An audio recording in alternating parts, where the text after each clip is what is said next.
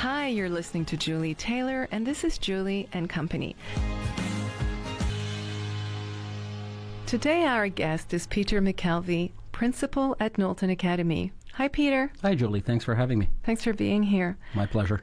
I understand that you've had a long growing career in education. You've taken on many different roles. Would you tell me a little bit about yourself? Sure. I'm completing my 28th year in education right now. I started as a high school English teacher in Montreal, and most of my time has been spent in Montreal teaching and being an administrator and even working for the Teachers Union. I did that for about 10 years, and then when that came to an end, back to the classroom I went, finally got into the gym, which is my background at McGill. And then I was pushed to go into education. So I've been a principal and a vice principal, and very excited to be at Knowlton Academy for the first time this year and back to the townships. Great. I was wondering, did you always know you were going to be a teacher? Oh, totally the opposite. I didn't want to go that route whatsoever. My family are teachers. Most of them are from the other side of the Sherbrooke area. And I know how hard my parents worked. I know how hard my aunts and uncles worked, and I just didn't want to go that route. But this is kind of destiny, and originally I thought I would go into radio. Didn't work out that way, and into McGill Phys Ed I went, and I haven't looked back since, and no regrets whatsoever. So you always knew you wanted to be in radio? I knew I wanted to be in radio, but yeah, things kind of get in the way, and I found it to be tough. And I think part of the attraction of being in education was just the stability a little bit. Mm-hmm. And to be honest with you, I was good at what I was doing, working with kids. Started lifeguarding at 15, and when you're good at something, I guess there's a passion that grows from it. So I understand your parents were from the townships. Were you born here? No, I was born in Montreal, raised in Montreal. Family is from that area, so some of my fondest memories are hanging out with my cousins and so on.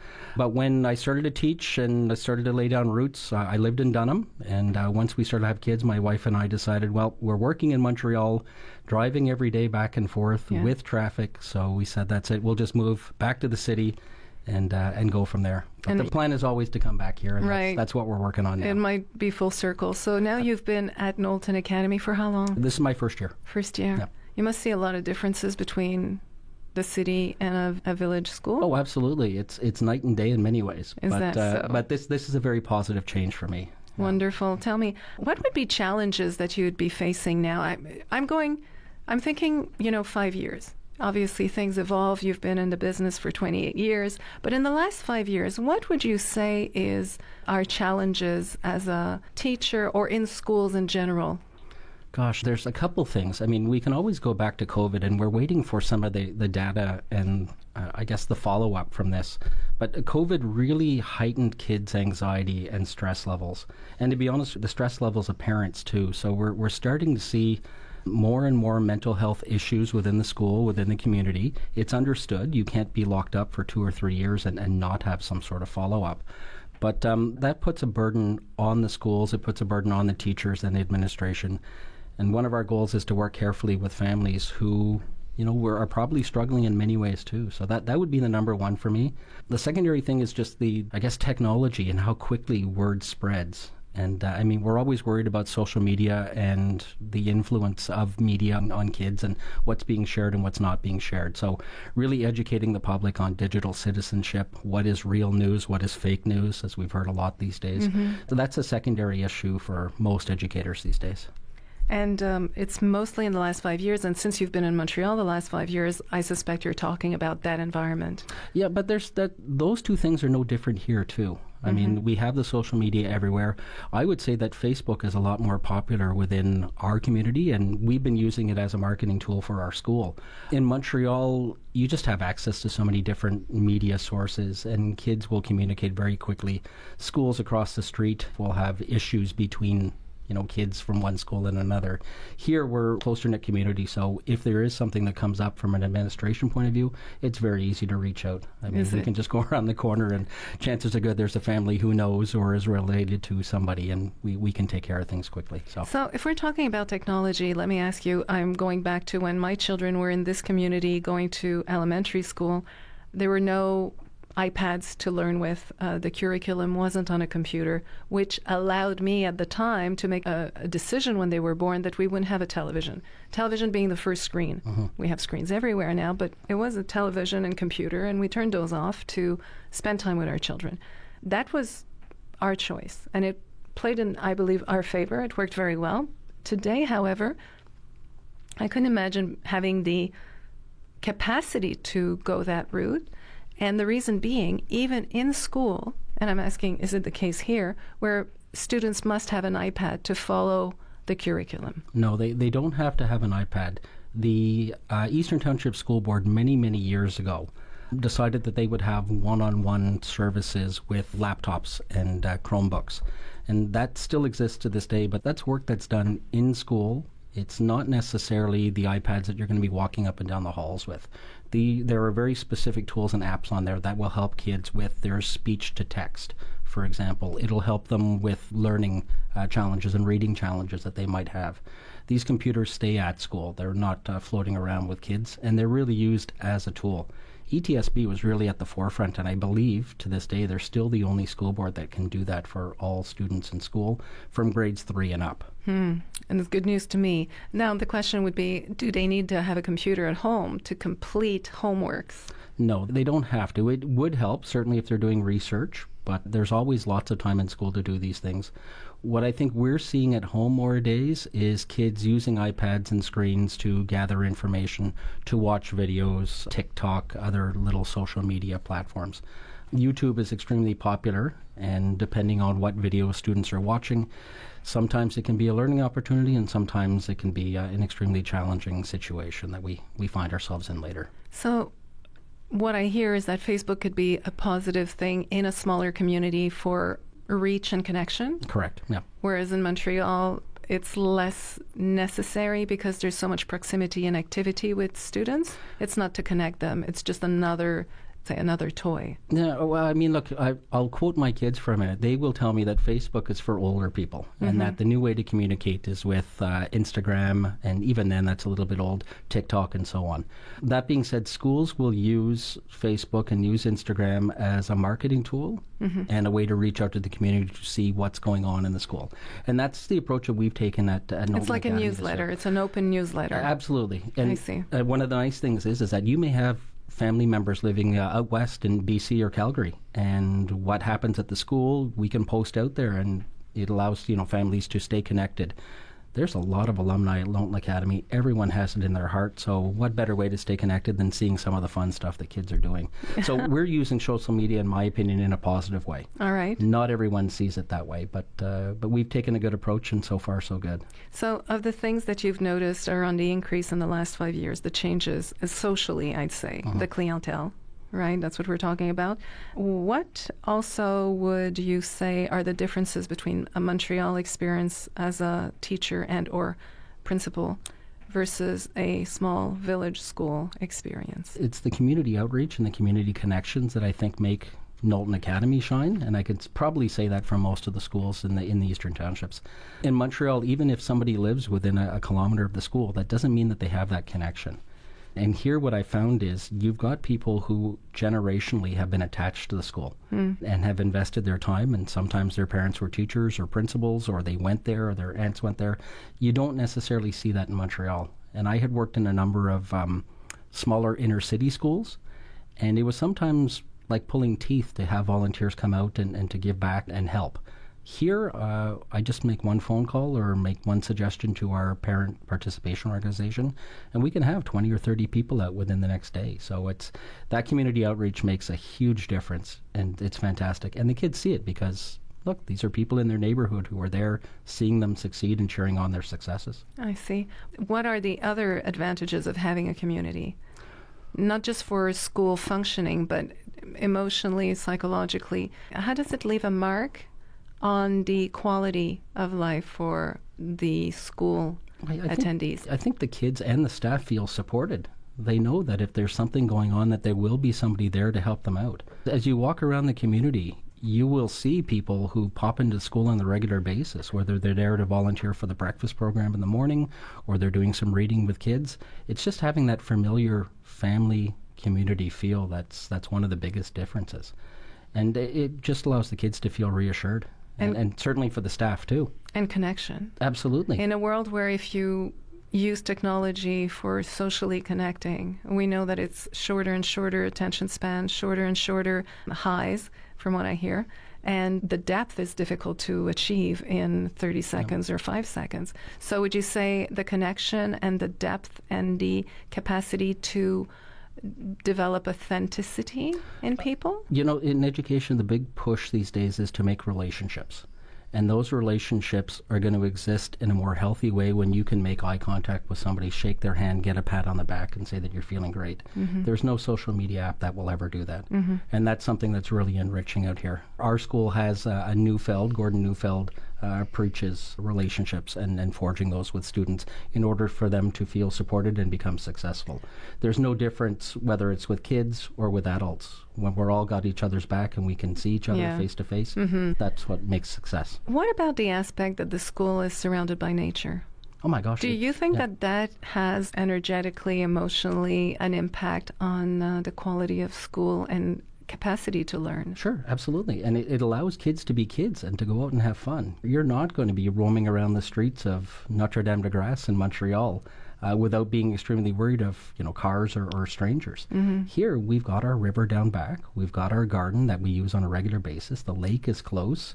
We can go out and cycle and really don't need to worry. And this as a school activity. Absolutely. And we do this on a regular basis. So no, it's very enriching, and it encourages kids to be kids and have fun and climb trees. Yeah. You're not going to see that in Montreal. And play in the mud. Oh my God. I imagine. Yeah. We won't share that with the caretakers too much. What kind of advice would you give yourself if you were still in the city, managing a school, now that you've seen the positive impact of community, connection, and nature? How could you make a change from that kind of a position? I think getting people into the school and showing them exactly what we're doing and letting them know that school is not this place that they might have remembered back in the day when it was, a little more disciplinarian. I think that would make a difference a little bit. I mean, once people are in and they see kids and they see smiling faces, their hearts tend to open up a little bit more. And I think that's something that I was lacking at least a few of my schools when I was in Montreal. That's not to say all of them. There were certainly some that did have that community outreach and feel. Would it be possible to think, and I don't know that it would be a natural match, in theory, apparently yes, but in practice, in such a hectic world, if there was a connection with elderly and children, that you could create a synergy of people coming in to help? Absolutely. I understand that parents are busy, let's face it. Your wife and yourselves, and you, I'm sure, were working a lot. I remember my experience in Montreal. I was working a lot. I was a single mom, and I chose at that time to concentrate on raising the children and not leave them to the school system to educate them. That meant I was like a full-time mom at home when they finished school and went to school and whatnot. And I also had to earn a living as a freelancer. So we're all busy. And it has to be a radical choice to educate your children. It is. And I mean, I'll give you a personal example. When we had our children, my wife made the decision to leave her full-time teaching job and stay at home with kids. I was very fortunate. I grew up in a family where my mom was at home. My wife was a single child with a single family member, and she got shipped off to her aunts every day. So we made the conscious decision that we would have somebody at home, and I think it's made a whole world of difference. My kids have grown up. They're in university. They're solid, citizens of the world, and they're perfectly bilingual. And that, I put that all on my wife. She was a really good mom, and we made a lot of sacrifices to make it work.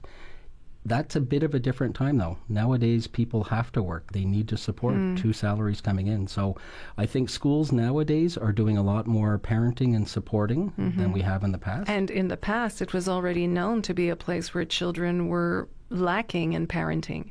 I can't imagine today. No, but you know what? We've got a really strong, though, partnership with our parents. And that's something that we mention often. We don't want parents to think that the school is going to do everything. We work in combination, and it's on Team Kid. So if mom and dad and school are pushing in the same direction, then we're going to see success with their children. Have you seen any major changes in the curriculum or the program of education in the last 10 years, 5 years? Can you specify a framework and what you've seen? And behind whatever things you have in mind to share, I'm thinking also the pronouns and everything that goes along that, which didn't exist, I think, even 10 years ago or 5. Look, curriculum-wise, I would say there's a new Quebec culture and values class. You know, you hear positives and you'll hear negatives. I think that there were a lot of backs up at the beginning, but I can see certain qualities coming from that are working in the favor of students. As we move on, obviously the Quebec history course has been quite controversial too. I think that they're making changes in that area. That's at a high school level, and it's obviously taken a little bit more of a Quebec slant. So there are certain, I guess, cultural groups and people who did help found Quebec that may not get the attention that they probably should. Coming from an Anglo community, obviously you can read between the lines there a little bit. Yeah. But that being said, I think if you're coming back to pronouns, the kids nowadays are a lot more open-minded and willing to accept others who would be, you know, in air quotes, different than when we were going to school, certainly. What about transparency? Are teachers feeling the pressure of political correctness?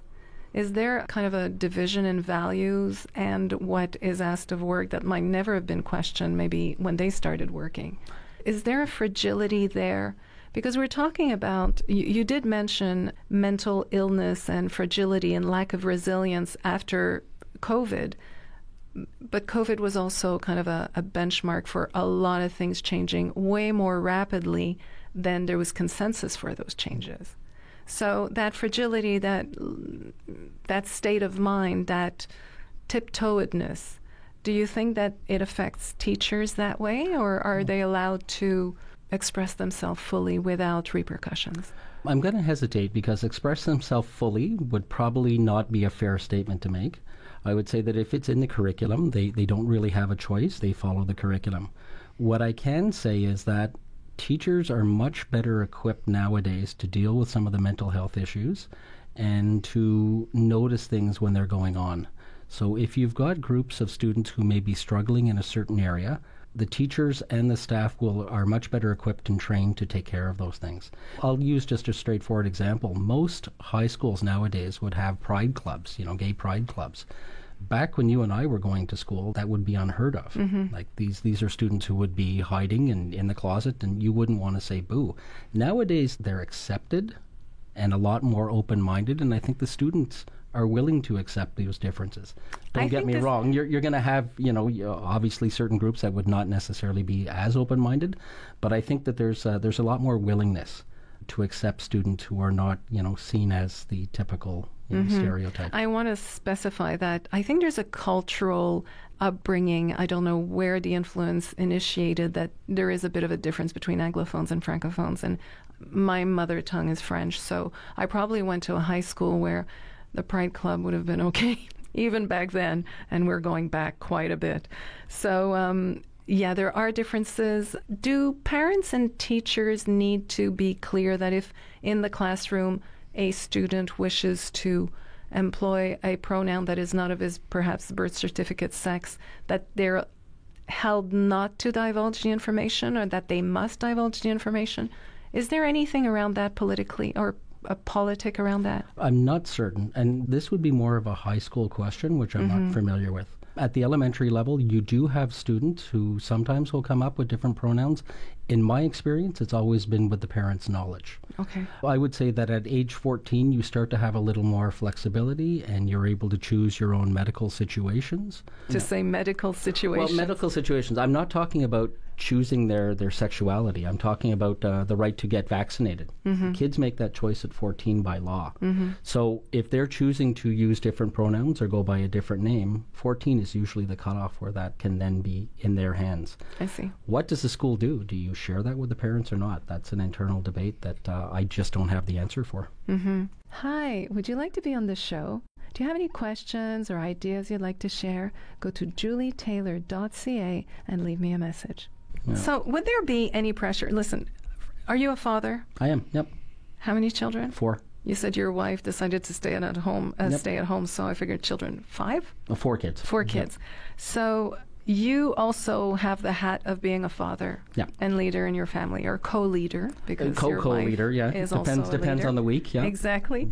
And would you think or say, from your experience as a father, that at a certain age, children are more impressionable or sensitive to things that they may be less at another age? Are they susceptible? Do they want to please? Where's the information coming from? Do they assimilate what they see because they want to do as their parents wish? Is there a lot of that could be misinterpreted as the source of a wish for a different pronoun? As a father. Yeah. It's a difficult thing to say because are kids impressionable? Always. Is there a lot of information out there that you can't control? Absolutely. I think as a father, my best advice that I've received and that I've given to my kids is just come and talk to us. We'll help guide you. We'll help you work you through this. Kids, if they're reaching out to you and they're talking to you about this, it's because they feel comfortable with you as a parent.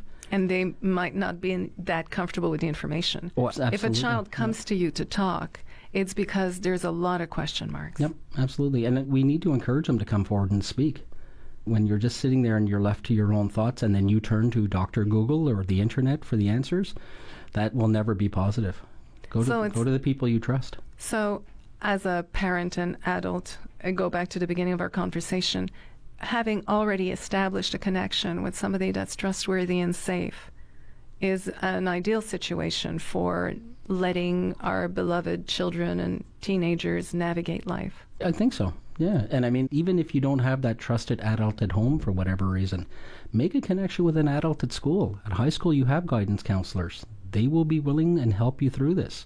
And certain teachers too. Even with our kids at school at Knowlton Academy, we ask them, who are your go-to people? If there's something going on in your life, who are you going to go to tell them? I love that. I was bringing up my children and I had limited resources, whether they were material, emotional, physical. I couldn't be in 10 places at once. And I always said to the children, there's always somebody in your community you can turn to that has a specialty. And it's your job to feel them out and to know who they are. And you have all my blessings to go towards them if you need, because I can't be everything to you, and you will need guidance, support. Yeah, you're absolutely right. Okay, we're talking about the curriculum and how it's changed. What about things like art and music? In your 28-year career, have you seen changes in that department? And what's your opinion today? Sadly, music programs are starting to disappear. And I've got one in music and in university, and all of my kids learned to play instruments. We found it a very valuable tool because music is a language and it helps exercise your brain in the same form that math would.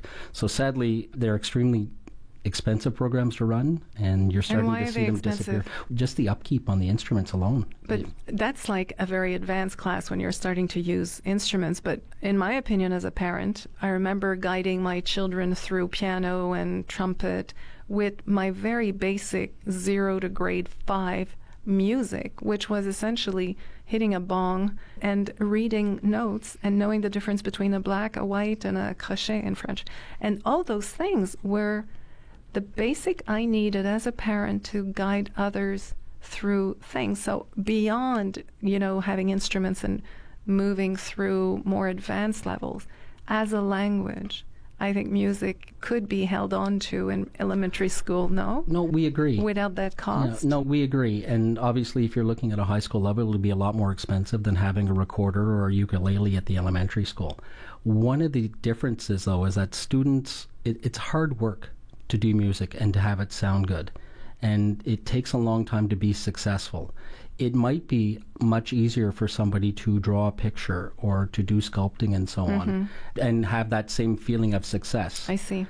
And so that, I think, is one of the reasons why we're starting to see music programs disappear.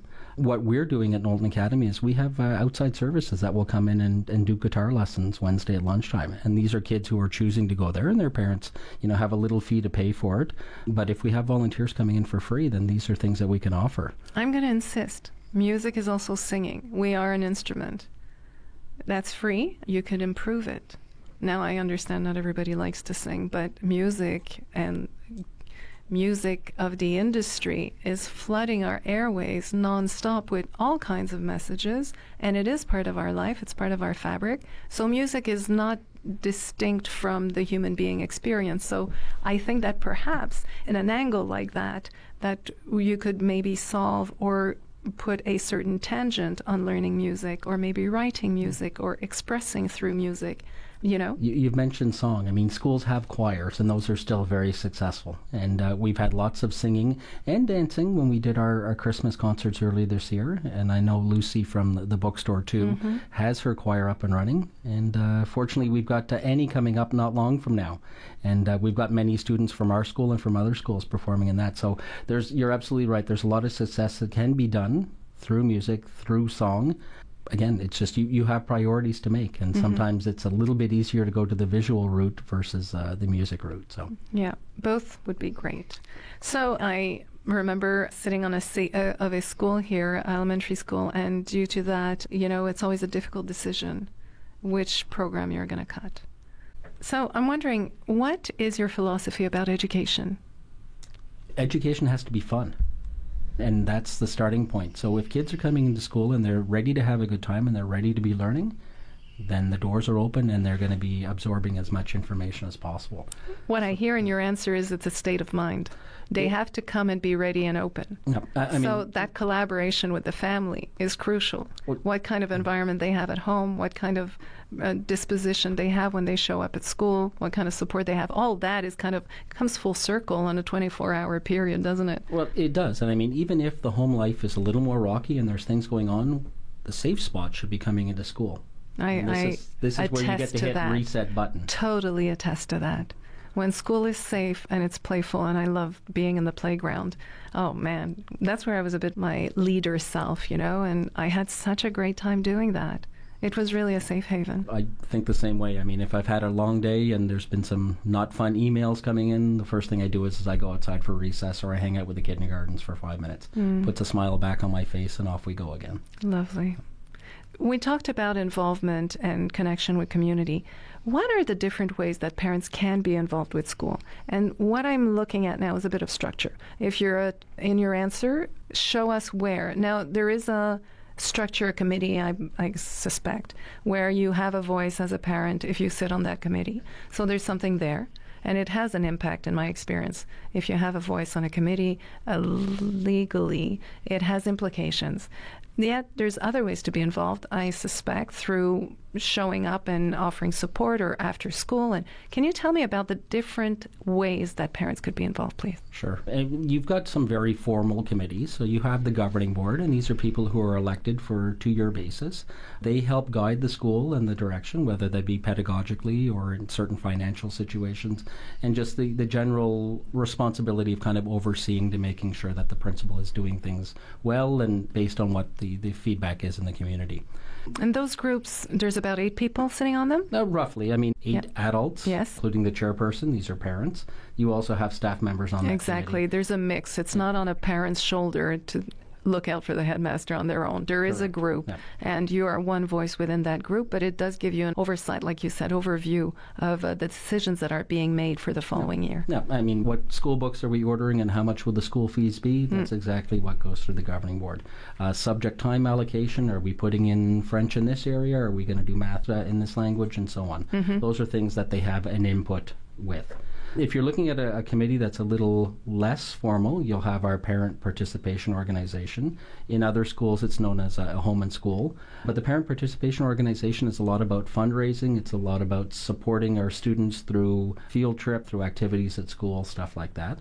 There is that committee, but there's also a group of volunteers who will help support those parents. And then finally, even if you're not a parent at school, you can always come out and help. There's a simple email to us at school. We have volunteers who are coming in all of the time. Some of them have really no connection to the school, but we do reading programs with them. And we're hoping to reach out a little bit more to the community in next school year, maybe bringing back the Village Reads program. So we're going to be focusing on a big push on literacy. So there'll be lots of opportunities for people to come out in September and support us with reading. So also, as a parent, to close, there's so much I'd like to talk to you about, and I think I'll have to invite you again. But as a parent, what would be the 5, as a parent with the overview of, teaching and guiding children and young adults for the last 28 years, what 5 things do you think a parent could do to help their child develop and have more opportunities? Number 1 would be show an interest in what they're doing in school and not just ask them, how was your school day? Show me what you did. Did you write a story? Show me your letters, stuff like that. So that would be the first thing. Number 2, always read with kids before they go to bed. Put away the screen time. If you can take the 10, 15 minutes and just go through a story with them, it'll make a world of good. Love that. Yep. Take a bath with them, though. Another thing I would suggest too is just don't be shy to reach out and ask. If there's anything going on that you're unsure of, trust your gut. Write to the teacher. The teacher was with your kids, probably more than you are during the day. And then just ask them, and don't be shy.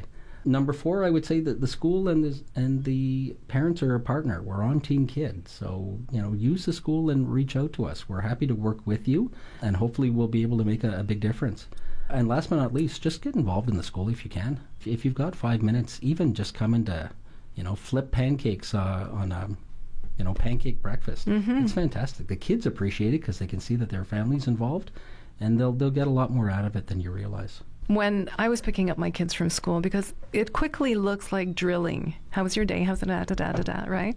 I would just ask them, did anybody cry today? And sure enough, well, she cried and blah, blah, blah. And they would go on. But what I got to see was how they would see life through their eyes in their community called school, where I wasn't there, but I could keep tabs on their own sense of self, belonging, how they could intervene, not intervene, their judgment, their false beliefs. All of that was showing up. I just had to say, so did anybody cry today? What was the fun thing? And it unraveled. And I could see the storyline, and it was wonderful because it was their point of view. It was a narrative from their point of view. It's funny, the kids will very quickly remember something that's negative or something that's out of the norm that happened. So it's important that we then ask them, now tell me, what was the best part of your day today? Mm-hmm. What was the highlight of your day? And they may think a little bit, but if you get into that routine, you will get a better idea of I like that. Not just the negatives, but the positive things. And there's a lot of positives, a lot more than the negatives. Absolutely. Reading stories. Excellent idea. Another opportunity for children to expand on day moments that they've had, or even the storyline or questions, or, those little moments where you don't have to perform. You're just downtime. Leaves room for bonding and talking. And it creates good habits too. So exactly. Well, thank you so much. My pleasure to be here. Thank you. Thank you, and happy and long career here at Knowlton Academy. Thank you. Greatly appreciate it.